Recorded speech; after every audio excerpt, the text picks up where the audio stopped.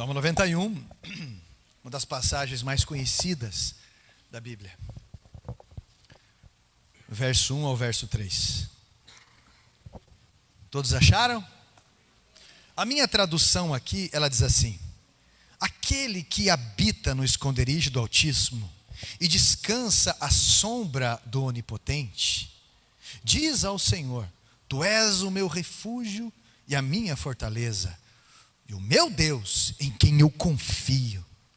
Pois Ele livrará você do laço do passarinheiro e da peste perniciosa. Amém? O Salmo 91 não é um salmo apenas de proteção, que se fala muito em proteção. O Salmo 91, ele vai nos motivar, nos lembrar, nos apacentar com esperança. Ele vai nos encorajar pela fidelidade de Deus. O Salmo 91, quem tradicionalmente diz que foi escrito foi Moisés, um homem que passou por desertos, um homem que passou por abandonos, um homem que passou por adoção, um homem que passou por solidão, um homem que passou por descaso, um homem que passou por muitas e muitas coisas. Muitas e muitas coisas. Então, meus irmãos, eu acredito que quando ele escreveu esse salmo, Deus escolheu deixar registrado para que em momentos específicos da nossa vida, um pedaço dele fosse descoberto, um pedaço dele fosse entendido, em cada etapa que nós vamos passando na vida. Eu quero falar com você hoje, principalmente sobre o verso 3, que fala sobre o laço do passarinheiro. O laço do passarinheiro. Ele nos traz a ideia central da onipotência de Deus, nos passa a ideia central do relacionamento do homem com Deus, que muda todas as realidades. E isso define desertos das nossas vidas em oásis. Isso muda a nossa realidade. Hoje, muitos não sabem o que é laço de passarinheiro, não é? Muitos não sabem. Pessoas talvez aqui caçadores, pessoas do interior, homens aqui, de uma certa idade, vai saber do que eu estou falando sobre o laço do passarinheiro, né? Mas, na verdade, era uma espécie de uma armadilha, que naturalmente com um laço, existiam alguns tipos de armadilha, mas uma armadilha com um laço, e ali no meio tinha o alpiste para o passarinho, ou a isca para ele. E o passarinho, cobiçando aquele alpiste no centro daquilo, ele naturalmente era pego pelo passarinheiro, que ficava observando, e no momento certo ou puxava a gaiola ou puxava aquele laço na do passarinho. O passarinho, cobiçando o alpiste que estava no centro do laço pequeno, se distraía ali com o alimento. E o passarinheiro pacientemente observava a sua presa, puxava a cordinha e o laço prendia ao menos uma das pernas do passarinho. Eu estou sendo enfático nisso. A finalidade era prender o pássaro por várias razões ali. Entre elas, manter o bichinho preso para que houvesse o canto dele. Pessoalmente eu acho isso uma crueldade, mas vai de cada um. Isso é tradição de alguns, né? Às vezes, eles queriam apenas as garras do passarinho, às vezes queriam as penas do passarinho, mas com certeza a finalidade não era boa para o passarinho. Então eu tenho algumas observações para passar para vocês. A primeira observação, aqui hoje, trazendo essa realidade. Há muitas pessoas que estão enlaçadas por esse laço. Mesmo dentro da igreja, mesmo sendo pessoas boas, pessoas de boa intenção, pessoas que pagam as suas contas, pessoas moralmente corretas, mesmo com fé, esse passarinheiro representa Satanás, e essa pessoa nem se deu conta disso. Está vivendo uma vida amarradinha, está vivendo uma vida presa ou presinha e não se deu conta disso. Laço do passarinheiro é quando a gente tenta consertar uma situação ou arrumar uma situação, sair de uma situação, mas você não consegue.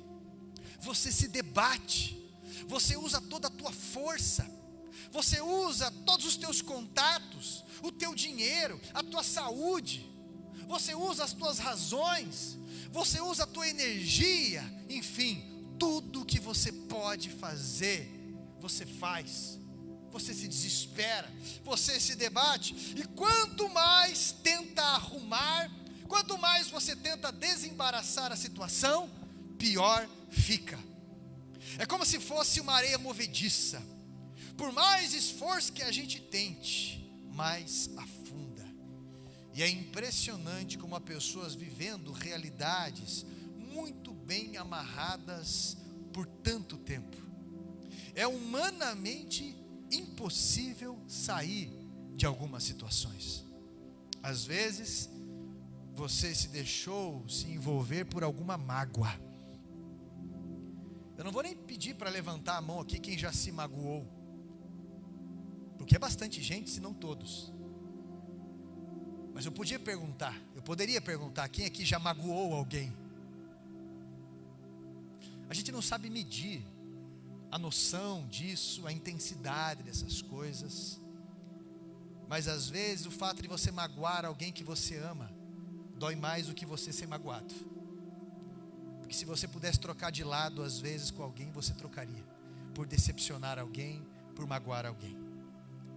Às vezes você tenta sair de uma situação, e quanto mais você tenta explicar, pior fica. A situação fica mais complicada ainda. Alguns sintomas são curiosos dentro desse laço do passarinheiro, porque às vezes isso pega a gente, principalmente dentro da família. A gente é muito carente de família. Todo mundo é carente de família. Às vezes você fala uma coisa e a pessoa entende outra coisa. Isso é, a comunicação fica toda atrapalhada. É só desentendimento, é só temperamento, é só grito, é só interrupção. Você falou normal com a pessoa e ela entendeu uma ofensa. Você disse algo simples e a pessoa entende uma indireta. Você comenta algo de uma situação que não tem nada a ver e a pessoa vai entender como uma indireta. Ou qualquer ambiente que você se apresente, rixas começam a acontecer. Rixas parecidas, situações complicadas, seja você jogando bola em algum lugar, seja você num trabalho novo, seja você numa rede de ensino, ou mesmo dentro de uma igreja, parece que você se torna tão provocável por situações repetitivas. Do nada, você arruma confusão, ou se envolve numa confusão, tentando ajudar alguém. Você não procura confusão, mas ela te procura. Tentações fortes em momentos desérticos. Pastor, fala um pouco sobre tentação. Quando fala tentação, a pessoa pensa só em cobiça. Quando fala tentação, a pessoa pensa só em adultério, roubo, coisas desse tipo. Mas a tentação, muitas vezes, ela é desistir também. A tentação de separar no casamento, a tentação de abandonar a tua empresa, a tentação de desistir da vida. Nunca você vai ver uma estátua de alguém que desistiu. Fulano foi o grande desistente de tal batalha. Você sempre vai ver uma estátua de alguém que não desistiu. Porque desistir é uma tentação. Desistir é uma sombra que perturba você no momento mais escuro da tua vida, para que você abandone a faculdade, abandone a vida, abandone aquilo que é correto moralmente, abandone a fé, o ministério. Outra coisa, o laço do passarinheiro, ele nos traz sintomas curiosos às vezes. Isso é, são acidentes constantes. Vira e mexe está caindo. É o dente que cai. Obrigado. Apareceu do nada bursite, tendinite aguda, inflamada. O que mais? furúnculo, gota. Ô pastor, você está falando só coisa de quem tem mais de 40 aí. Já viu aquela que diz assim, se você tem mais de 40 e não tiver uma dorzinha de estimação, é porque você já morreu. Se bem que hoje em dia o excesso de refrigerante dos mais jovens, né, dessas coisas, pessoas que passaram dos 40 estão firmes e vão longe. Tem gente que está firme e longe, né? Mas é dor aparecendo, é acidente, é carro que rala, bateu o para-choque do não sei o que, objetos que quebram, as pessoas não conseguem avançar, não conseguem descansar direito em nada, a ansiedade perturba em tudo. Já imaginou alguém preso pela perna, tentando sair? A pessoa se bate, se machuca, se tiver uma pedra do lado, se rala ali, fica desesperada, grita. O propósito de uma magia, por exemplo, é ir destruindo a pessoa, a presa, até levá-la à desistência, até levá-la à morte. O intuito desse primeiro ponto é você fazer uma autoanálise da sua vida. O intuito dessa mensagem é você ser honesto com você mesmo, porque essa mensagem não é para quem não está aqui. Essa mensagem ela veio para mim em primeiro lugar, e ela veio para você. Então você não pode humanizar uma mensagem que é espiritual, que o Senhor separou para que nós ouvíssemos. E aí eu tenho que prestar atenção, quando o ataque satânico, ele vem multiplicado, ele vem dobrado, ele vem trabalhar contra eu, usando a minha própria carne, e a Bíblia chama isso de concupiscência da carne. O que é concupiscência da carne? É eu lutar contra a minha própria força, é quando eu luto contra os meus próprios desejos, contra a minha própria raiva, contra o meu próprio pessimismo, porque daí, meu irmão, eu estou lutando contra a minha própria astúcia. Quanto mais forte você for, mais forte você vai ter que ser contra a tua carne. E você não consegue vencer a tua carne, você só consegue quando você se liga ao alto. E essa fé, ela te dá uma graça para você negar a si mesmo, negar a sua carne e tomar a sua cruz. Como é que está a sua vida? Talvez toda enrolada em alguma situação, encalacrada, presa. Tudo que você começa a vir a confusão, desânimo e tudo mais. Segundo ponto que eu quero destacar, em Provérbios capítulo 26, versículo 2: como ao pássaro o vaguear, como a andorinha o voar, assim a maldição sem causa não virá. Meu irmão, isso é, o mal precisou de uma porta para entrar e usou alguma isca.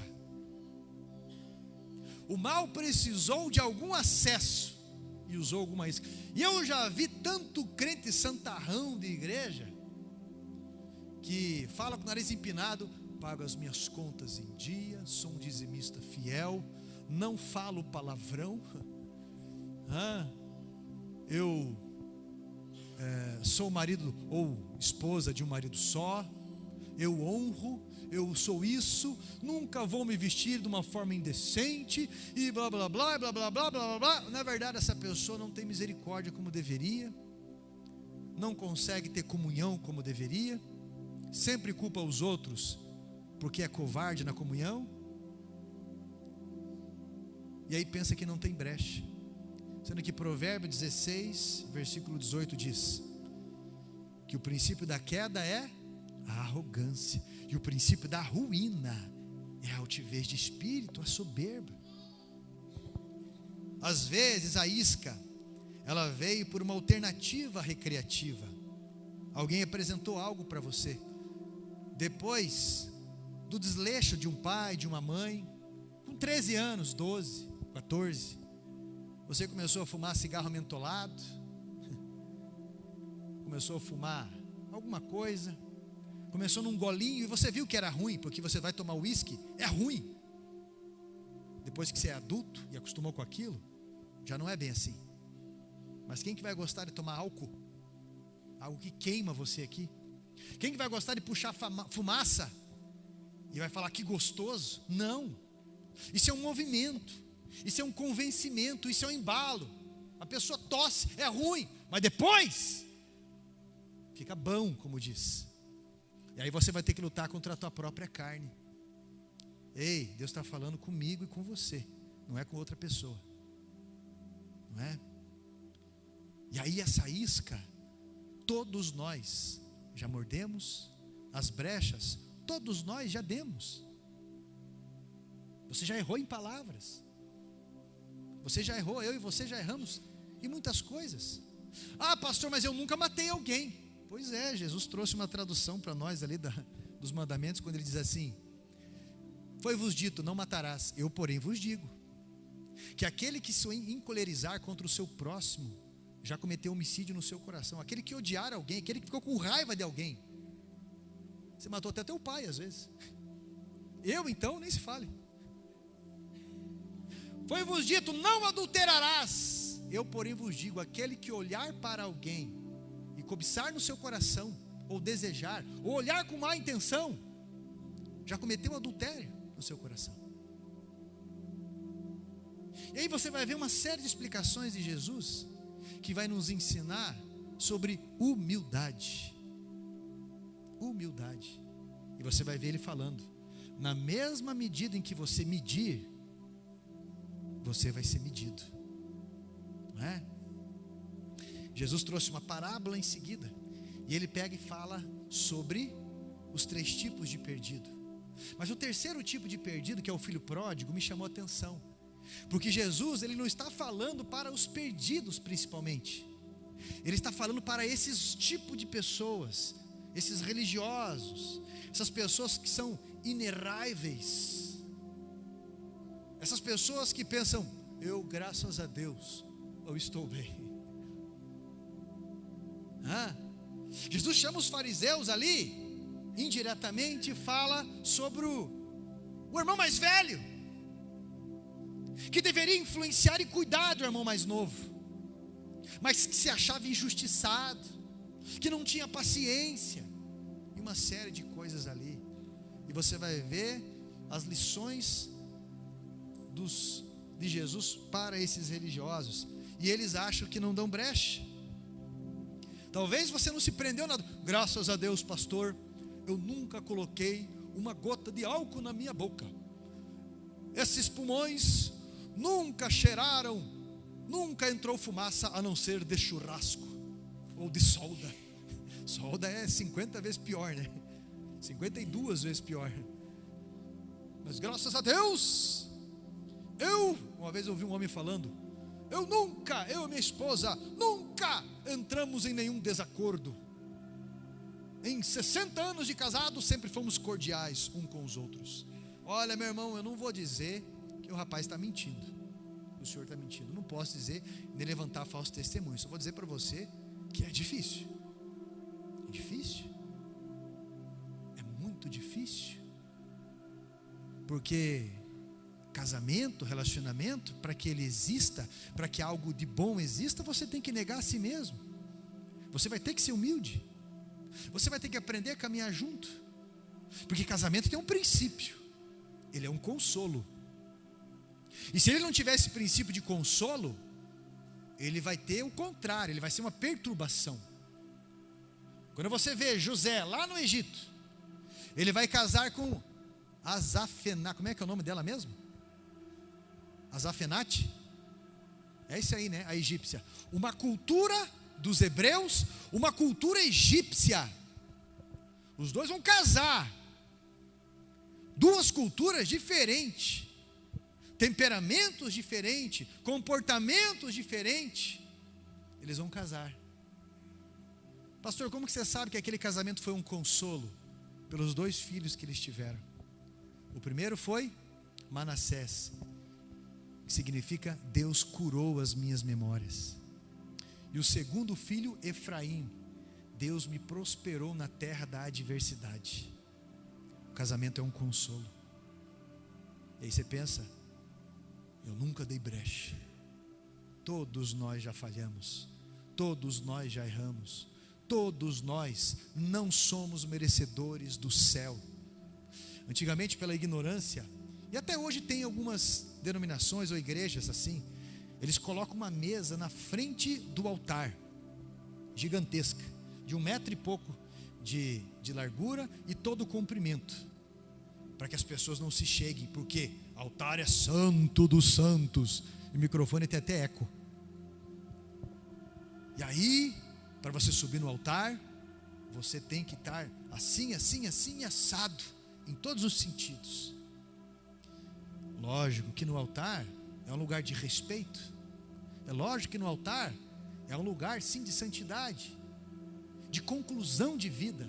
Primeiro a tua vida com Deus, depois com o seu cônjuge, depois os filhos, testemunho, depois lá no trabalho, faculdade, sociedade, enfim. E por último, aqui que é uma conclusão.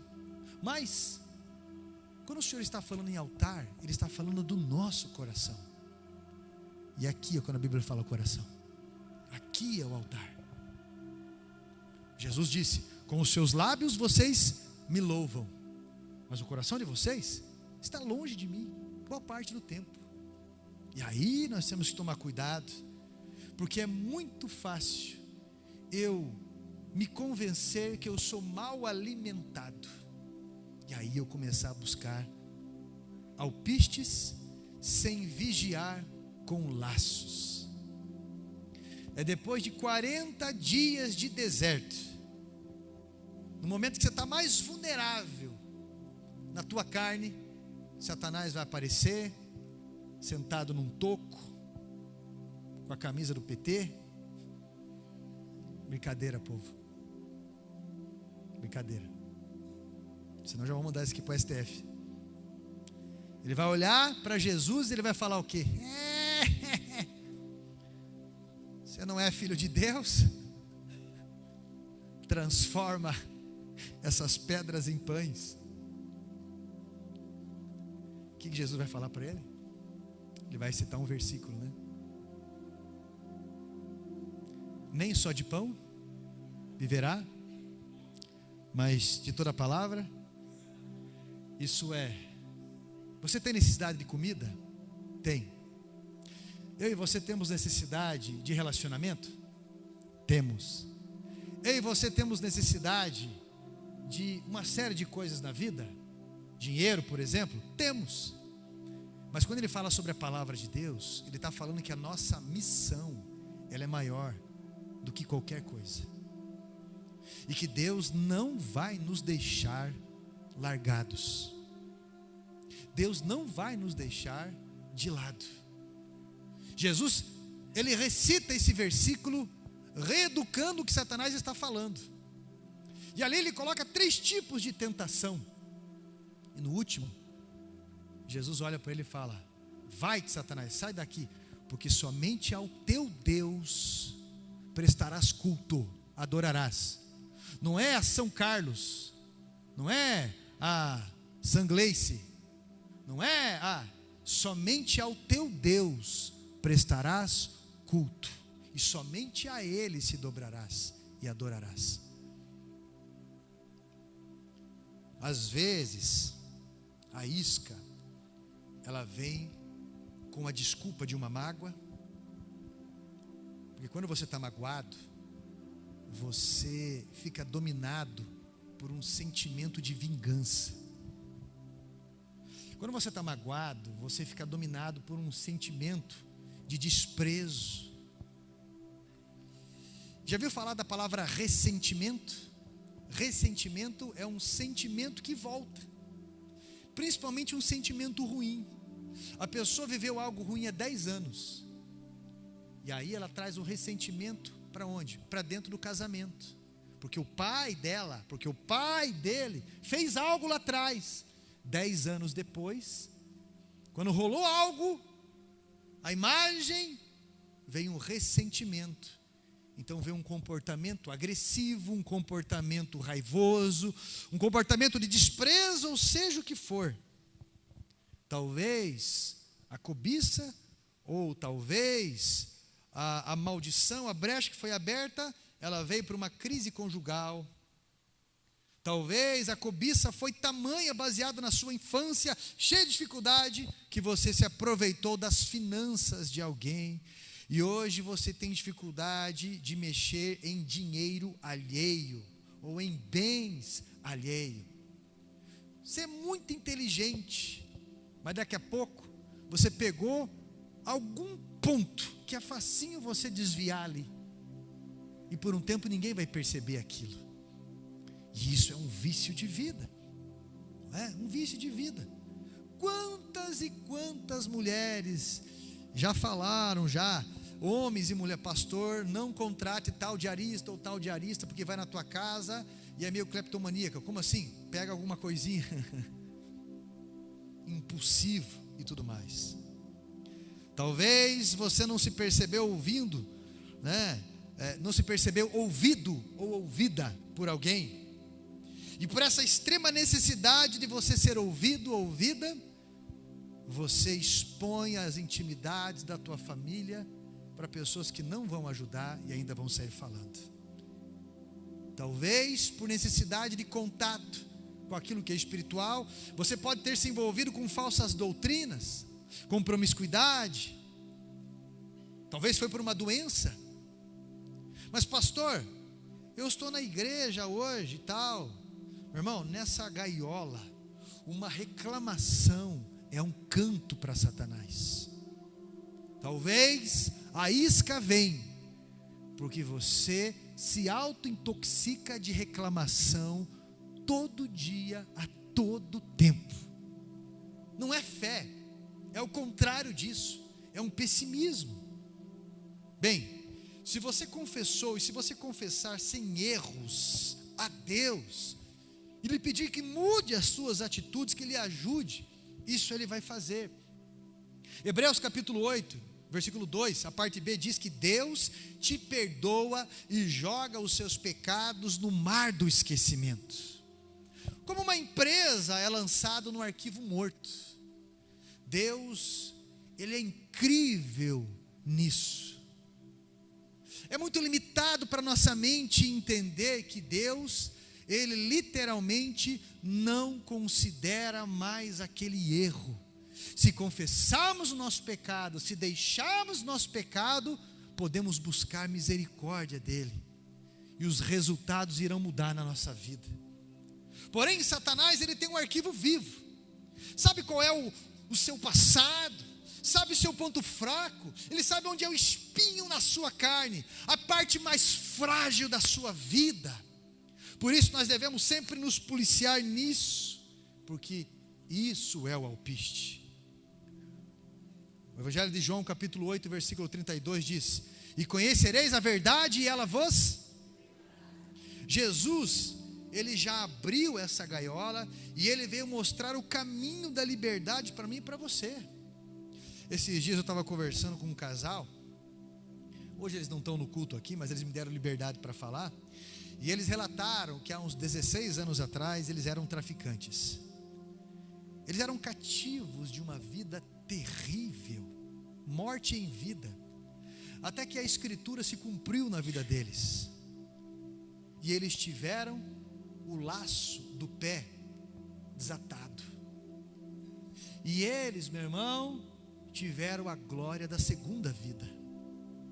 O pastor Elcio, que eu conheço ele, eu lembro que eu era da equipe de jovens da 10ª igreja, e estava eu e o Elcio lá. E o dia que eu ouvi o testemunho do Elcio nos jovens, eu achei interessante. O Elcio joga bola com o Fred ainda. Ele está jogando bola ainda lá, Fred?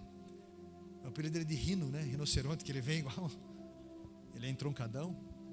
O Elcio, ele falou bem assim: até hoje eu não sei como é que eu fiz aquilo. Quase 7 horas da manhã, ninguém na rua, deserta a rua, de dia, um caminhão parado, eu vindo com uma moto rápida, eu bati atrás do caminhão parado. Ele fala isso. E ele diz: eu fiquei 12 anos no crack. A minha vida era um lixo. Mas Deus soltou o laço do passarinheiro. E hoje, meu irmão, fazem mais de 20 e tantos anos que ele testemunha isso, que ele é liberto, ele tem loja, ele tem família, e é uma pessoa muito abençoada. Porque ele aprendeu a habitar no esconderijo do Altíssimo toda vez que ele se percebe em perigo. Deus o livrou do laço do passarinheiro, mas o atrativo ainda está ali. O atrativo ainda se apresenta com uma máscara diferente, de tempos em tempos. Terceiro ponto: o que eu faço, pastor? A vigilância deverá ser dobrada, pois existem laços ocultos que Deus só nos mostra o livramento depois. Só nos mostra o livramento. A Bíblia nos conta no livro de Esther que por cobiça, por inveja, por maldade, Hamã foi arrogante e construiu uma forca, tramando manipular o rei da Pérsia, o Assuero, para enforcar um judeu chamado Mordecai. A finalidade de Hamã era exterminar o povo judeu, pois estavam cativos ali na Babilônia. Mas numa reviravolta, quem acaba sendo enforcado na forca que ele mesmo construiu foi o próprio Hamã, porque o rei descobriu que a sua esposa tão amada, Esther, era judia. Deus livrou Mordecai, e ele nem sabia o que estava preparado para ele, nem sabia, e Deus o livrou. Quantos livramentos nós temos durante o dia? Eu lembro de um livro da Rebecca Brown. O nome do livro é Ele Veio para Libertar os Cativos, e ela conta um testemunho de uma sacerdotisa satânica chamada Elaine, no meio do livro. E essa mulher era uma presa satânica, lidava com as altas empresas, lidava com coisas muito grandes mundialmente. E a pastora Rebecca Brown, médica, sempre na intercessão, trabalhava no hospital. Essa doutora, ela ficou intercedendo por esta Elaine, e toda uma situação foi desembrulhando, até que essa Elaine aceitou a Jesus, se converteu, desceu as águas do batismo, e depois teve toda uma situação de perseguição. Mas algo que essa Elaine contou me chamou a atenção. Ela falava sobre os ataques espirituais programados, principalmente contra a vida dos crentes, principalmente nesses que oram alto, interessante, em comunhão, não só sozinhos no quarto, mas também em comunhão. E ela conta que numa noite, ela estava presenciando, ela tinha os olhos abertos para isso. Ela contou que tinha uma família que estava ganhando muitas almas para Jesus ali, muitas almas. E aí, ela foi pessoalmente até próximo da casa, e aquela legião de demônios planejava um ataque de doença terrível contra aquela família. E aqueles demônios tentaram avançar, e quando ela se percebeu, ela olhou, tinham anjos colossais, dados as mãos uns para os outros assim, com o rosto para fora da casa. Eles estavam ao redor da casa, protegendo a casa, e aqueles demônios tentavam atacar e caíam, e os anjos estavam sorrindo sempre. E então ela falou: mas que é isso? Eu vou para lá. E quando ela chegou perto, um anjo grande, colossal, enferruscou o rosto, olhou e falou assim: você não está percebendo que essa família não pode ser atacada porque eles são guardados pelo sangue do Cordeiro? Você não sabe o que está escrito, que os anjos do Senhor acampam ao redor daqueles que amam a Deus e são chamados segundo o seu propósito? Nós temos livramentos tão grandes, meu irmão, que nós nem sabemos. O que a Elaine conta no final, ela diz assim: essa família, possivelmente, até hoje, não sabe o tamanho do livramento que eles tiveram. Jeremias capítulo 5, versículo 26 e 27. Porque entre o meu povo se acham perversos, cada um anda espiando, como espreitam os passarinhos, como eles dispõem armadilhas e prendem os homens. Como a gaiola cheia de passarinhos, são as suas casas cheias de fraude. Por isso se tornaram poderosos e enriqueceram. Cuidado, não se baseie em imagem para se tomar decisões sérias. O inferno é horrível, então Satanás sabe disso e deixa um caminho atrativo. Meu irmão, entenda que o laço do passarinheiro está numa vida que, primeiro, não quer assumir que está preso em alguma situação, que está difícil. Eu citei esses dias, e eu disse sobre uma porcentagem, uma estatística que eu estava vendo a respeito de pornografia. 60%, nas estatísticas de pornografia, 60% homens e 40% mulheres, porque isso toma uma proporção muito grande de mulheres, de homens casados, de homens religiosos também, altamente viciados em pornografia, homens e mulheres. Você acha que isso não é estar preso? Você acha que isso não é estar enlaçado? Pessoas que, em vez de amar os seus familiares, machucam com grosseria. Ei! Eles conseguem te respeitar por medo, mas não conseguem amar você como deveria, porque não há espaço para isso. Porque você, irmã, descompensa com qualquer coisa, porque você, meu irmão, ameaça com qualquer coisa. Cuidado. O laço do passarinheiro, às vezes ele vai ser puxado quando parecer tarde demais para algumas coisas. Deus quer encontrar você em suas orações. Deus quer encontrar você num lugar reservado somente para você, talvez, onde Ele fale através de uma sarça, de um jeito que te chamou a atenção.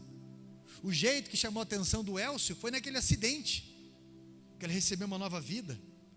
O jeito que alguns aqui foram chamados a atenção foi de situações desastrosas, mas Deus, Ele está querendo te encontrar na sua oração, pois Ele quer livrar você desse laço do passarinheiro.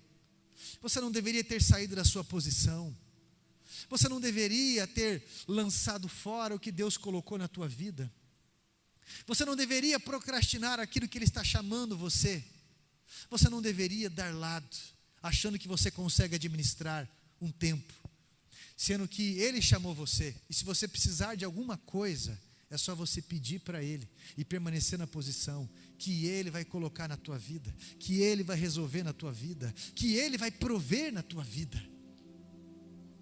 Se afastar de Deus. Pastor, mas eu não me afastei de Deus. Eu me afastei só de um tempo, eu só relaxei nisso, eu só observei tal coisa.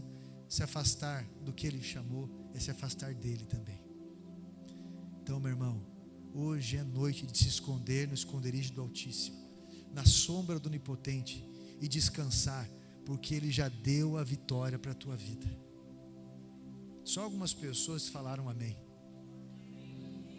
Realmente, eu acredito fielmente, honestamente, poderosamente nisso que eu estou falando para você, porque eu vivo isso. Eu acredito que Deus, Ele já deu a vitória para aquele que se esconde no esconderijo dEle. E escute o que eu estou falando, Deus vai te dar uma segunda chance. Faça valer a pena. Se apegue com Ele, porque é a melhor posição da tua vida. Esse laço, meu irmão, só Jesus tem a senha, só Ele pode desfazer. Todos os dias, você vai ver a tentação à tua frente, mas você vai ver também a saída de Deus. Como diz o Tales, né? Mas todo dia o pecado vem, me chama, todo dia vem as tentações, me chama, todo dia as propostas vêm, me chama, mas eu escolho Deus, eu escolho ser amigo de Deus. Sabe aquela música que ele diz assim, me lava, sabe essa música? Me ensina e arde outra vez no meu coração. É quando ele estava desviado da palavra de Deus. O cantor Tales, ele estava desviado de igreja, de Deus. Ele cheirava cocaína, adoidado. E ele fazia parte da banda J Quest. E depois de um show, ele disse que ele estava com nojo daquilo que ele havia se tornado. Então no banho ele pega uma esponja, ele começa a esfregar os seus braços, e ele começa a fazer uma oração, e ele fala, Deus, me limpa, me sara disso, me purifica, e saiu a letra dessa música, e arde outra vez em meu coração, Eu não sei mais viver longe da tua presença, meu Senhor, quero voltar. Enfim, é por aí a música. Só quem se afastou do jardim sabe do que eu estou falando. Se você estava preso em algum laço do passarinheiro, se você está sendo tentado por algum alpiste, se você acha que você nunca deu e nem dá brecha nenhuma, e não tem observado as pessoas presas ao seu redor, essa mensagem veio para você. Então essa mensagem veio para todos nós.